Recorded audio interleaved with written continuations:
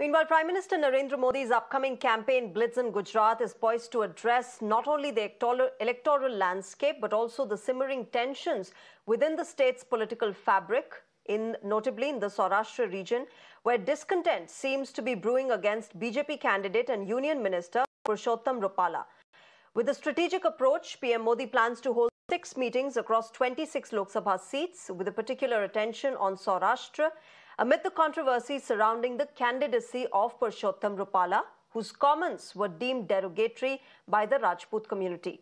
The Kshatriya community's vocal opposition to Rupala's candidacy for the Rajkot Lok Sabha seat has injected an element of uncertainty into Gujarat's political calculations, which the BJP seems to have worked out, given their repeated electoral success in the past. Now, as the BJP juggles the complexities of community sentiments, PM Modi's campaign is set to navigate through these fault lines delicately, even as the BJP tries to pacify the Rajputs. Amid the intensifying agitation and BJP's predicament over Rupala's candidature, the Prime Minister's campaign clearly suggests that the BJP will go ahead with its candidate, despite an ultimatum given to the party by the Rajput community to change its candidate by the 19th of April. Now, Rupala, meanwhile, has already apologized to the community twice and even appealed for their support while filing his nomination. Let me go across to my colleague Hiten for more on this. Hiten, ये controversy जो रूपाला के कैंडिडेटर पे हुई है, इसके बारे में कुछ समझाइए और क्या कुछ कैंपेन स्ट्रैटेजी रहेगी अब भारतीय जनता पार्टी की?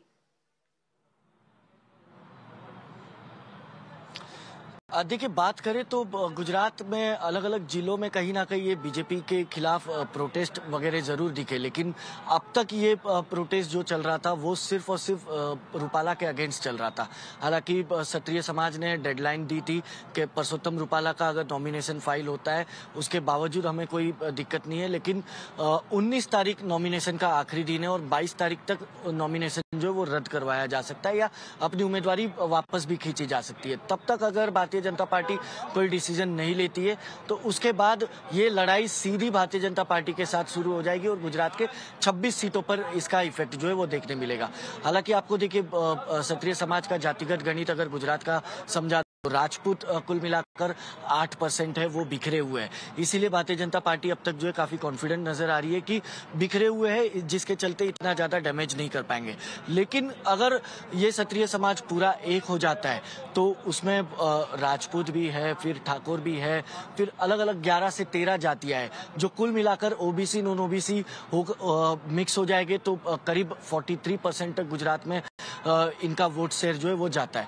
जो कहीं ना कहीं गुजरात की 7 से 8 सीटों पर भारतीय जनता पार्टी को डैमेज पहुंचा सकती है। लेकिन अब तक जितना आंदोलन जिस तरीके से देखने मिला है, चाहे धंधुका में करीब 40,000 लोग इकट्ठा हुए थे, राजकोट में लाखों लोग इकट्ठा हुए थे, उससे भारतीय जनता पार्टी को अब तक उस तरीके का कहीं डैमेज नजर नहीं आ रहा है। रूपाला ने कल अपना नॉमिनेशन फाइल कर दिया, उन्होंने अपना एक अलग शक्ति प्रदर्शन दिखाया। सबसे बड़ा चैलेंज भारतीय जनता पार्टी के सामने यही था कि रूपाला के नॉमिनेशन के वक्त किसी प्रकार का हंगामा ना हो, जो हुआ नहीं। रूपाला का नॉमिनेशन भी शांति से हो गया। अब राजकोट में ये स्थिति है कि रूपाला अगर अब घर से बाहर भी ना निकले और प्रचार भी ना करे तो बीजेपी को किसी भी प्रकार का कोई डैमेज होगा नहीं, क्योंकि राजकोट गुजरात में भारतीय जनता पार्टी का एक ऐसा गढ़ कहा जाता है जहां से नरेंद्र मोदी ने अपने लाइफ का सबसे पहला चुनाव लड़ा था। जब वो मुख्यमंत्री बनकर आए थे और बाई इलेक्शन में लड़कर उन्हें विधानसभा पहुंचना था तो राजकोट की सीट वजुभाई वाला ने उनके लिए छोड़ी थी। उसके बाद बाई इलेक्शन वहां से नरेंद्र मोदी ने चुनाव लड़ा था और वो विधायक जो वो चुने गए थे। तो राजकोट भारतीय जनता पार्टी का एक ऐसा किला है कि वहां अगर किसी को भी खड़ा कर दिया जाए तो बीजेपी को कोई डैमेज नहीं होगा, लीड जो है वो बढ़ती नजर आएगी। लेकिन अब बीजेपी के सामने मुसीबत ये है कि एक तो क्षत्रियों की नाराजगी और साथ ही साथ रूपाला को 2002 में जिस व्यक्ति ने चुनाव हराया था अमरेली से, जब रूपाला गुजरात सरकार के कैबिनेट मिनिस्टर थे, विधायक थे, अमरेली से चुनावी मैदान में उतरे थे, लेकिन परेश धानानी ने, कांग्रेस के कैंडिडेट ने रूपाला को 2002 में चुनाव हराया था। उसके बाद रूपाला 22 साल तक कभी चुनावी मैदान में नहीं दिखे और आज 22 साल बाद जब चुनाव लड़ रहे तो उनके सामने वही व्यक्ति कांग्रेस से, राजकोट से भी मैदान में है। तो बीजेपी कहीं ना कहीं इस वक्त इसीलिए डैमेज कंट्रोल की स्थिति में नजर आ रही है कि एक तो परेश दानानी जिसने रूपाला को पहले भी हराया था, उसके बाद कभी वो चुनाव नहीं लड़ पाए थे, और ऐसे में क्षत्रियों की लड़ाई, क्षत्रियों के मामले में बीजेपी कॉन्फिडेंट इसलिए है क्योंकि बीजेपी का कहना है कैसे मूव करता है फॉरवर्ड। बट धन्यवाद हमारे साथ जुड़ने के लिए my colleague Hiten, of course getting us the political dynamics that are prevailing with BJP putting out Purushottam Rupala as their candidate, the Rajput community protesting against that. Of course, we'll have to see how it pans out for Rupala, who's contesting the Lok Sabha elections after 22 long years. If you like this video, then like, share and subscribe to ET Now.